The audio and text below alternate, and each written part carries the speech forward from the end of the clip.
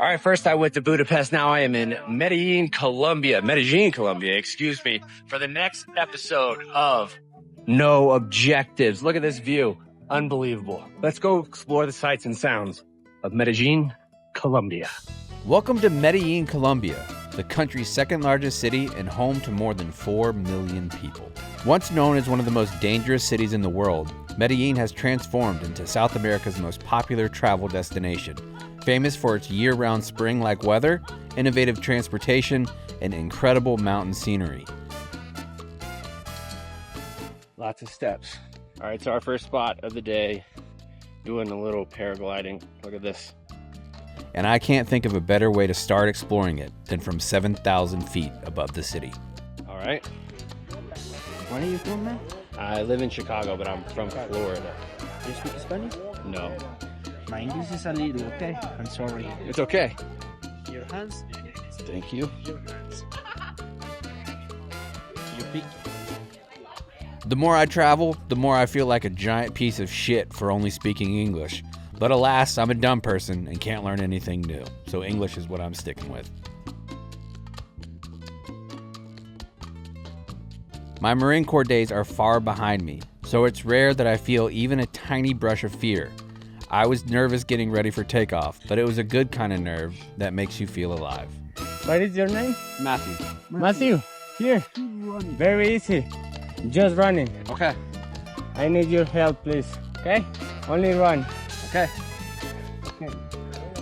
Are you ready, Matthew? I'm ready. 1, 2, 3, run. Matthew, running, Matthew. Here. Running. Running. Okay. Woo. Booty back. Booty. Now back. Booty back. Okay. Yes, perfect. Thank you. Wow.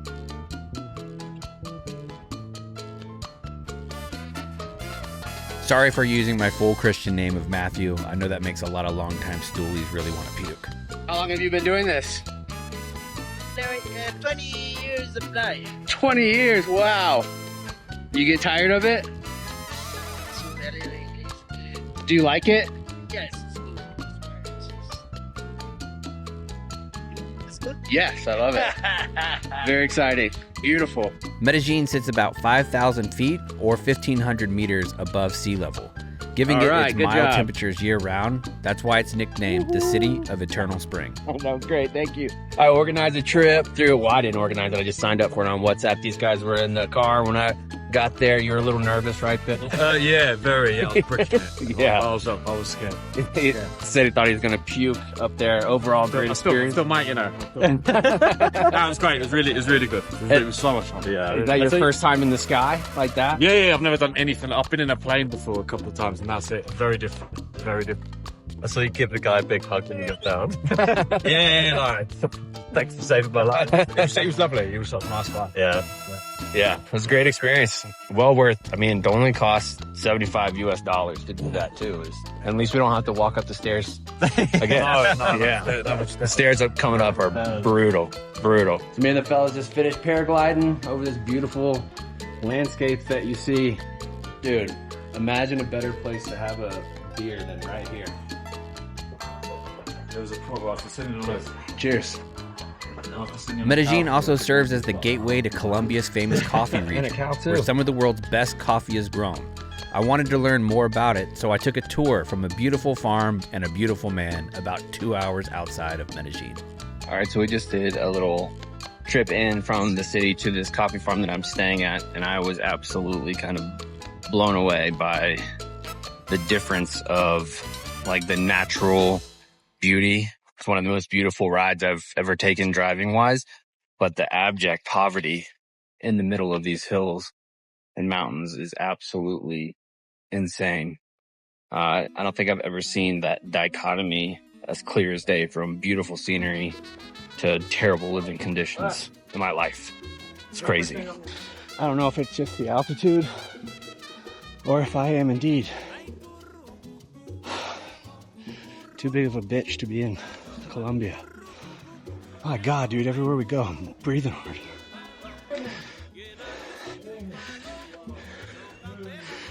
Steps everywhere, Jesus Christ.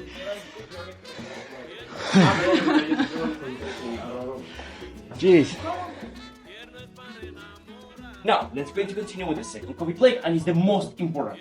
Please tell me what can you see on the mid, like different stretch. What can you see? What can you see right here? Right here. The little scarring. Scarring is more like a Cut. like a hole. exactly. The second coffee plate is the broca. Okay, the broca in English is the way that say drill. So also the broca is an insect a little bit smaller than the ant, for example, that come to the coffee bean, make a hole, and put their eggs, larvae, and poop inside. We lose the 80% of our production because one broca in one day put inside 1,000 eggs in only one day. And the worst thing is that this coffee bean with eggs, larvae, and poop is coffee that a lot of people drink in their coffee cups. Maybe, well, actually, probably you. So imagine. Look, this is the coffee bean with eggs, larvae, and poop. The coffee that you are drinking. Now, the same question. How can you eliminate a plague of rats in your house, but this time a natural way? You said is the Cats. you get a cat, very good. So in this farming one, we need to use the natural way, like using a cat to the rat. We don't want to use chemicals. So the wasp come to the coffee bean with eggs, larvae, and poop and clean it. It's a natural way, and for reason we have a lot of wasps in this farm. Okay?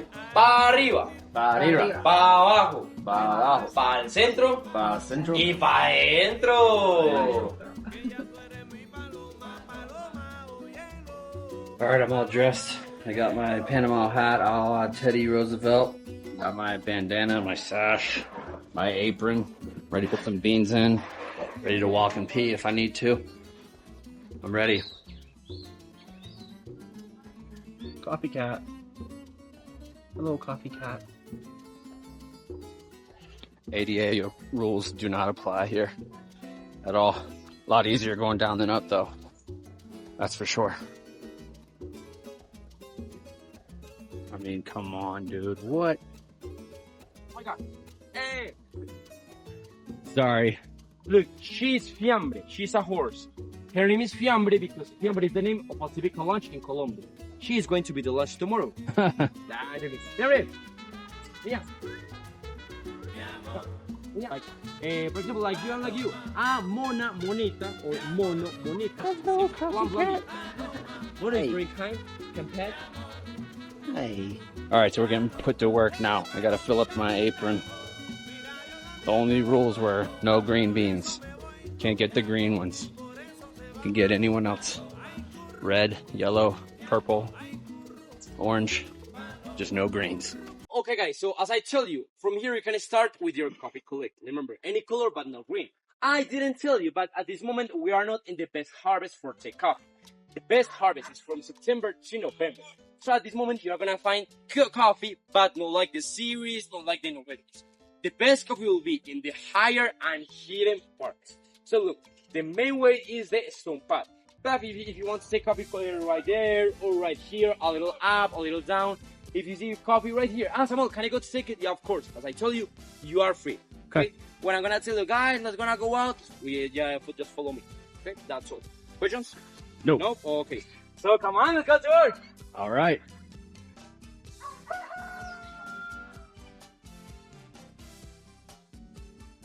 What a cool experience. Coffee. Colombia is the world's third largest coffee producer, behind only Brazil and Vietnam.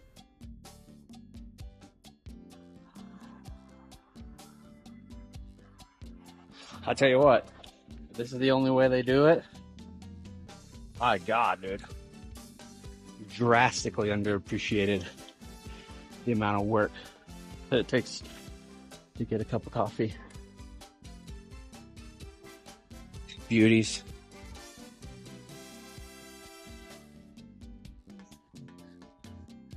Found a better tree. Not touched as much.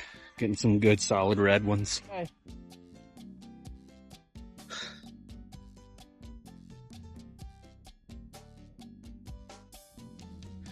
I think that might be a little too steep for your boy at the age of 43 with the state of my ankles.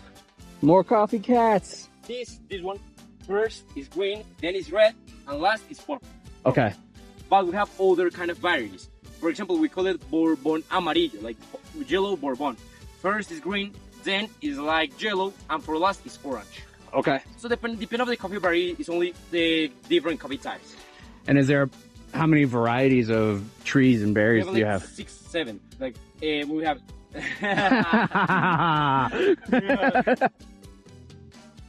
Look who I found chilling up here, guarding all the coffee beans. That's a good boy. After picking up them bad boys, it was time to grind them out of their skins and get down to the naked Okay, so this beans. is the place where they dry it out. Okay, I'm gonna open this and you're gonna say wow. Okay. Okay. You want to record? Okay. Wow. Oh, and a heart. I like spider webs with the coffee. Oh my god. Yeah. In this one, we want to be friendly with the all animals, with the all insects. So for reason we don't take care about the spider webs or something like that. Oh, okay, guys. So look, this is the drying African bed. As you can see, this is the place where we dry our coffee. Did you say African? African? Yeah. Yeah. Because it was invented in Africa. Okay. So the dry time for this coffee is too much. It's 30 or 40 days. It's a very, very long process. And how it works? So very simple. In Colombia, the weather is crazy. Maybe, for example, later it's gonna rain.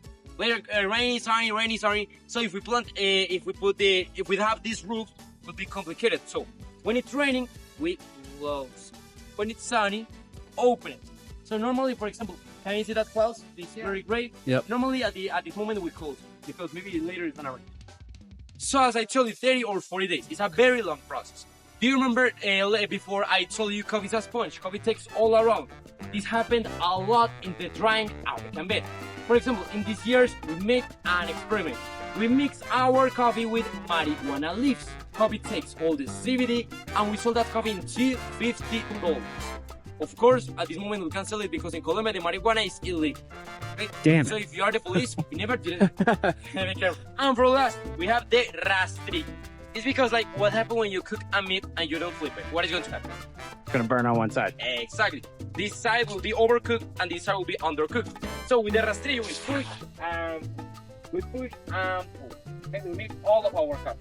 If we don't mix it, one part will be wet and the other part will be dry. Okay. So if you want, come here. You support it. We have 3 for persons, so don't worry about that. Okay. And remember, you have to pretend that you are working. All right. This view that I'm about to show you is top tier. What? It may be. Look at that, dude. You feel no good. Colombia is so beautiful. Look at that. All right, so this is my first ever coffee sangria. I'm at maybe the most beautiful place I've ever seen. Definitely the most beautiful farm. It's crazy. But this is a coffee sangria. Sangria, just a little bit of coffee mixed in, brewed here at this beautiful coffee farm. And like normal temperature or cold? That fucks. Yeah. Different from what I'm used to, for sure. I think it's a one-time drink for me. But when you're at a coffee farm, you gotta try it. It almost tastes like a coffee stout with a little bit of cherry to it. Beautiful. Ooh, copycat. Leo, trae los palillos.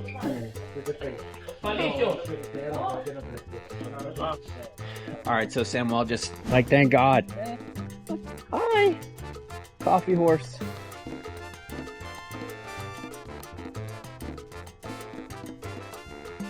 All right, so I'm going to Guatape today. The first stop on the tour that I left from my hostel. We stopped at getting a little local breakfast. This is what it is. I did with a local breakfast, a little bit of coffee, meeting some new people, including a guy that's from Red Deer, Alberta, which I spent like 6 weeks in when I was in college. I don't think I've ever seen anybody from Red Deer outside of Red Deer. So that was cool. All right, so I've looked at this rock so much. This is the rock of Guatape. It is one of the biggest rocks in the world. It's a single monolith, which is absolutely insane.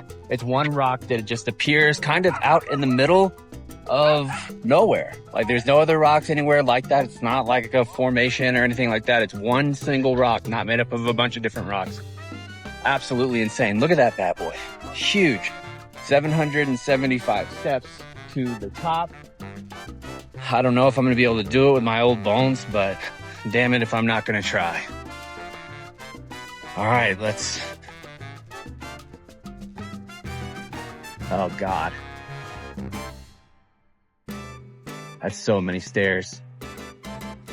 I get winded going up and down the stairs in my house if I do laundry and have to bring up like 3 loads in a row. This is gonna kill me. I'm not what I used to be. I honest to God think they should take my title of Marine. Should just take it away. I'm too big of a bitch for this, but I'm gonna give it a try. All right, here we go.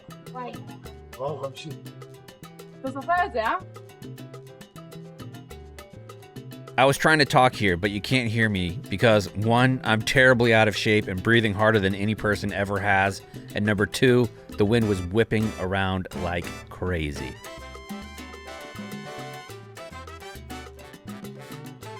$175 steps in. These steps are all uneven sizes, so you can't even get a solid rhythm in. I was getting passed by a bunch of fat and old people, so that also didn't feel great. I regretted my choice of climbing these stairs about 250 steps in.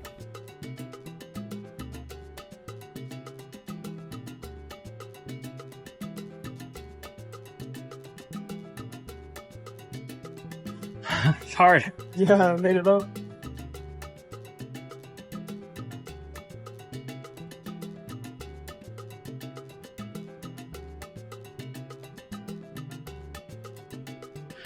All right, only 200 steps left. I regret this. I have lots to regret. God, 200 more. 250 more. 650. This rock is about 65 million years old. It dates back to the age of the dinosaurs. It also rises up about 650 feet above the surrounding landscape. No one had officially climbed the rock until 1954, when 3 local men spent 5 days scaling it using wooden poles wedged into the cracks.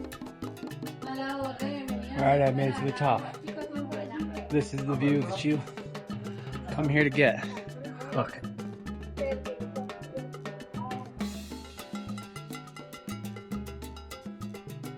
All right, I'm down. That was 675 steps down. I feel like that kind of place for me, even though it's beautiful, it's like when I lived in San Antonio and I went to the Alamo once. That's a one-time thing for your boy. I'm too old. It was beautiful at the top, but goddamn, that was rough. My legs feel like jelly. Jelly. All right, back in the van now. That was tough. I took a minute to get my breath back, but that was hard. Very hard. I'm still surprised that it's one big rock. It's one huge rock. I did a social story about it a little while ago, but it's huge. But it's not a top 10. My brain is fucked. I can't talk. Sorry. All right, so just got done with the big rock, headed with the rest of the tour group. Now we're going on a little boat ride around this reservoir that apparently supplies 35% of all the power to Colombia, even though they only use 5% of all the power that this dam provides. Pretty sick. They even sell, I don't know, my brain's still mushy. We're going on a boat ride. The reservoir was created in the 1970s by damming the nearby rivers to generate hydroelectric power. Today, the reservoir is part of the hydroelectric system that supplies roughly 30% of Colombia's electricity. What started as an energy project has become one of Colombia's biggest tourism destinations, drawing well over 1 million visitors every single year. I think this is where we're swimming. Fuck yes, let's go. Time to do a little swimming. Is there a ladder in the back? Is that where it is? No ladder.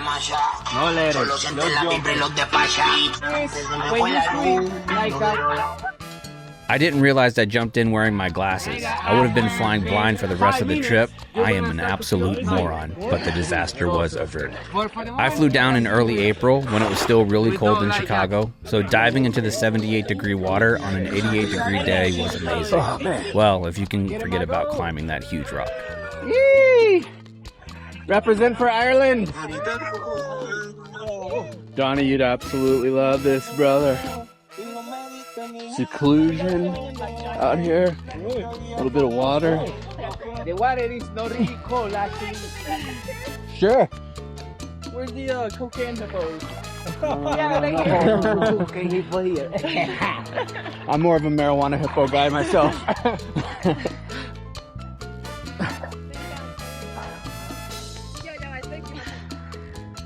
Hey, tírale los chalecos a las bailadas ya. Ah, sí. Ay, no. Yo también quiero aparecer. There you go. Okay, thank you. Me encanta. All right, boat ride done just in the nick of time. Looks like it's gonna start raining. It is raining. That's okay, because I'm already wet. What a great little trip out on the boat. Doing a little swimming, doing a little hanging out, doing a little vibing. Hard to beat. Hard to beat. Little puppy.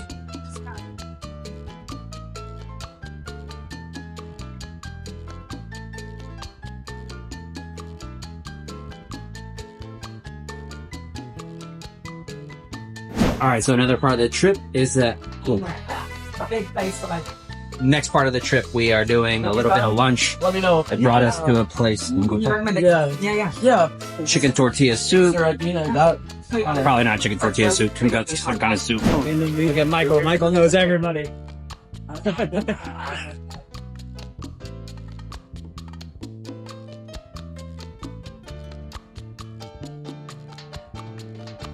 All right, about to go down the...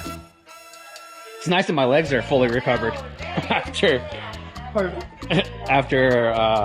the hike this morning? Yeah, Yeah. not dreading this. I wish it was bright out here. Yeah, it's not too bad. It's Rainy.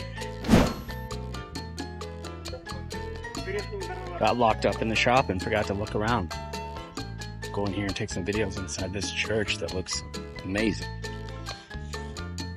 Take off your hat.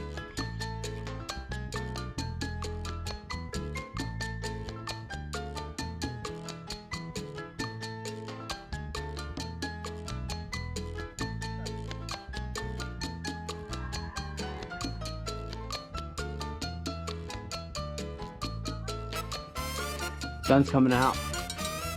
Much brighter. Cute little town. All right, I'm about to walk down the street that Disney Encantos is, like a little town. This whole town is what it's kind of what's the word? The inspiration for it. You can see the entire thing is absolutely gorgeous, colorful everywhere. The sun's poking out. It's been raining, but now it's getting nice. Umbrella Street. They got all kinds of stuff you could buy. Seems a little tourist trappy, to be honest with you, but prices are way cheaper than where I was at in Medellin, so I'm stocking up. You gotta stock up. Everybody's taking their Instagram photos. You gotta hate influencers in the wild. They're absolutely the worst. All right, that's it for this little town. Beautiful, cleared up, nice little day. Bought a shirt. Turns out that Colombian extra large is not United States extra large. Now I just feel fat, like I wasted money on a shirt. Shout out to me, idiot. The tour that I'm on stopped my roadside stand. I got old cars and a petting zoo. Fuck yeah, I'm gonna go to the petting zoo. All right, let's do it. All right, I'm at a petting zoo with oh my God, they're everywhere. They're everywhere. Look at, hey, don't snatch. Have some manners, guys. Manners all around.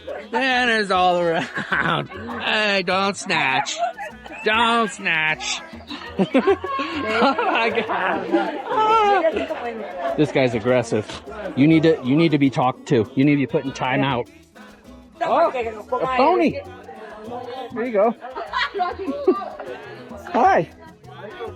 Bye bye, little Sebastian. Goodness gracious. That was the most intense petting zoo I've ever been to. Goodness me, oh my. I got snatched up, bit up, bamboozled, led astray. That was intense. I had no idea alpacas had it like that. That was wild. Good stop. I was bitching about it before. That was a good stop. This might be the greatest petting zoo, road stop / restaurant / store I've ever stopped at. I didn't know what was happening at first, but now I'm here and I'm loving it.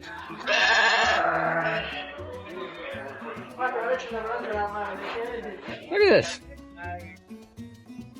What a spot. Hi, Goat. Hi. Hi, friends. Oh my God, little pigs too. Look at you guys. Look at these beauties. Look at you. Hi. Oh, show me your teeth. You don't want to be pet? No? I don't blame you. I wouldn't want to be pet either. I wouldn't want that either. This place is wild as hell. I need to regroup. I need to regroup in a big way.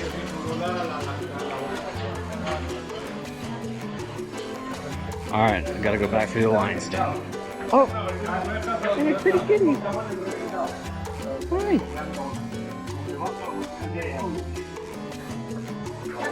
Animals everywhere.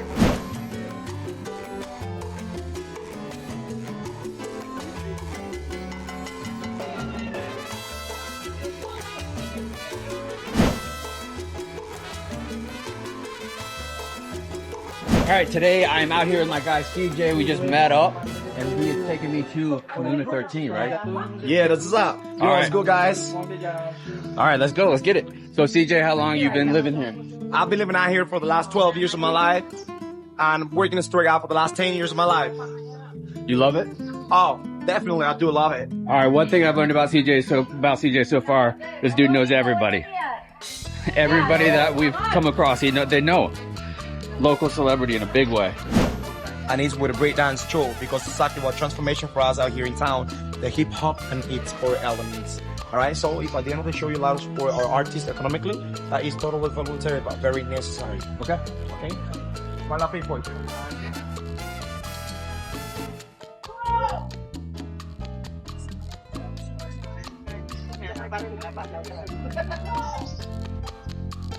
I mean, legit, this dude knows everybody.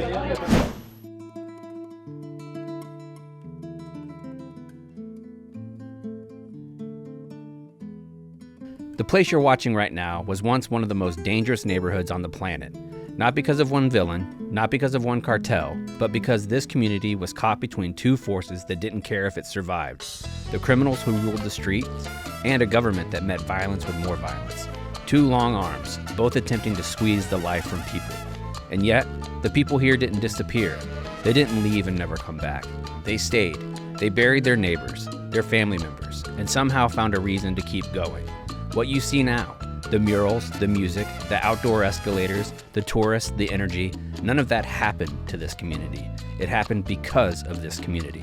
The people of Comuna 13 decided that their story wasn't going to end in that violent chapter. And I'll be honest with you, being here as an outsider, as someone from the United States, as someone who's just a guy with a podcast and a camera, it's humbling. Because they're not just surviving, they're thriving. And they're kind enough to let the rest of us witness it and dance along with it. Once a community decides it's done being defined by its worst chapter, something shifts. You can feel it in the air here, in the way people carry themselves, and the way they talk about the future like it's actually something that belongs to them. Young people here aren't dreaming of leaving, they're dreaming of building. Entrepreneurs, artists, musicians, architects, all right here, all investing in the place that raised them. That's not something you can manufacture with a government program or with a tourist campaign. That comes from something deeper. That comes from grit and determination. And look, the world's starting to notice. Medellin has been named one of the most innovative cities on the planet.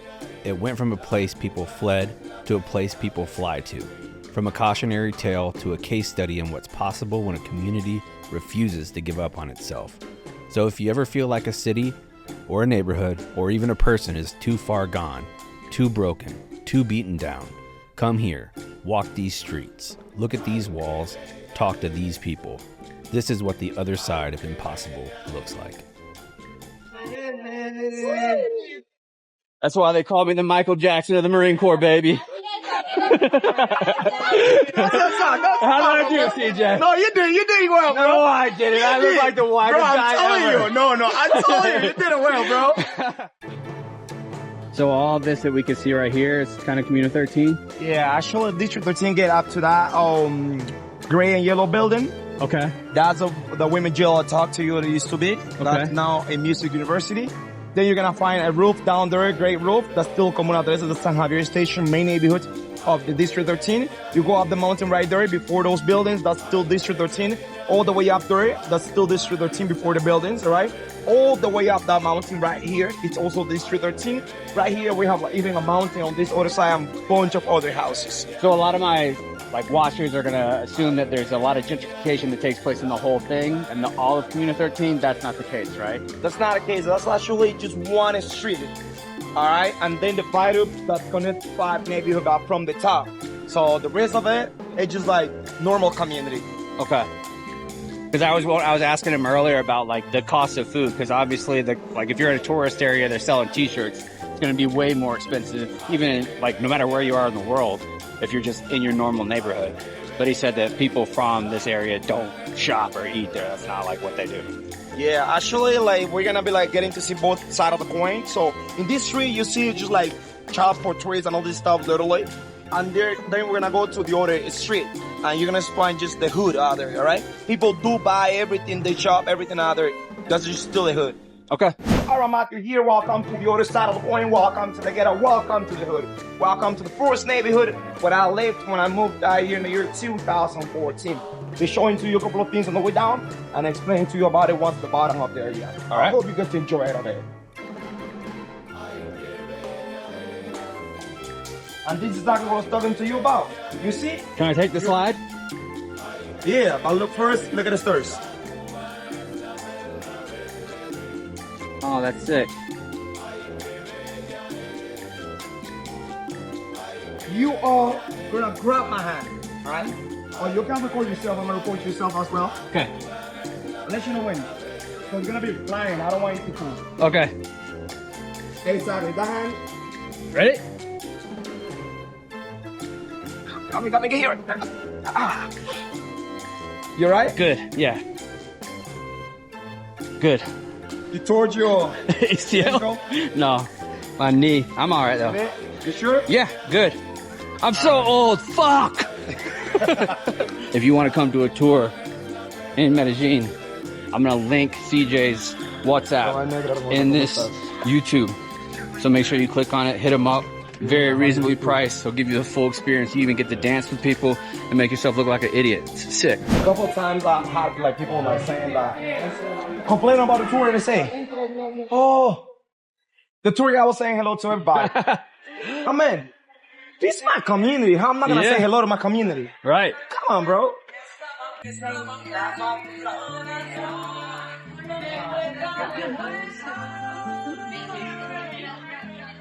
Hola, bienvenidos a Coffee Shop. Café Pergamino Milano. Everybody. Cappuccino. Okay, Matthew, you can come up here. Look at this amazing and beautiful piece of art.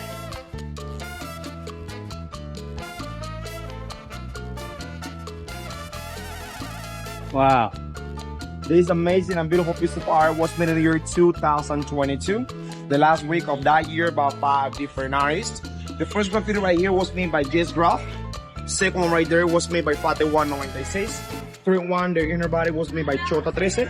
Fourth one, Mario de Barrio. And the last one there was made by J.D. Jarte Orñaco. The whole graffiti, it's called Philanthropia. In English, philanthropy. What philanthropy stands for? Love for the humanity. Right? Yeah. This first graffiti right here, my man, it's a representation of Pachamama. The word Pachamama comes from the Quechua in Peru and translates Mother Earth, Mother Nature.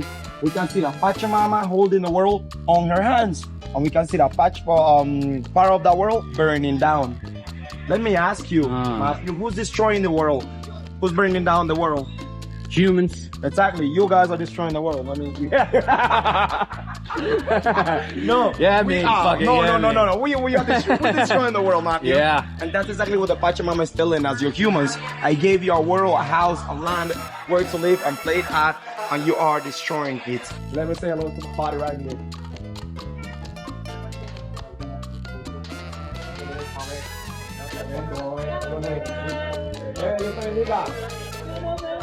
Amén.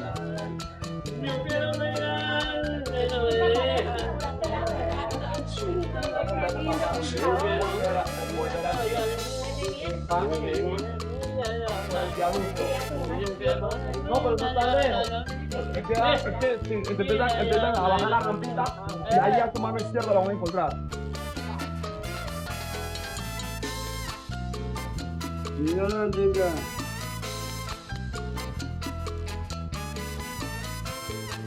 So CJ just gave me a bunch of information. I was kind of blown away, like about how much he knows and things like that. But that was phenomenal information. I hope I can use most of it because there's music in the background everywhere here. But making kids do the executions. Oh shit. It's crazy. Like how this community has bounced back is phenomenal, really. Gives you a huge appreciation for the people of Colombia. You know, like my whole life I've lived all over the place, gone all over the place, and you find certain people that you just come to love their culture. This trip is doing that for me, for Colombia, in a big way. I would say the people of Colombia and the people of Iraq are like real near and dear to my heart. And that's just after 1 week. What a people.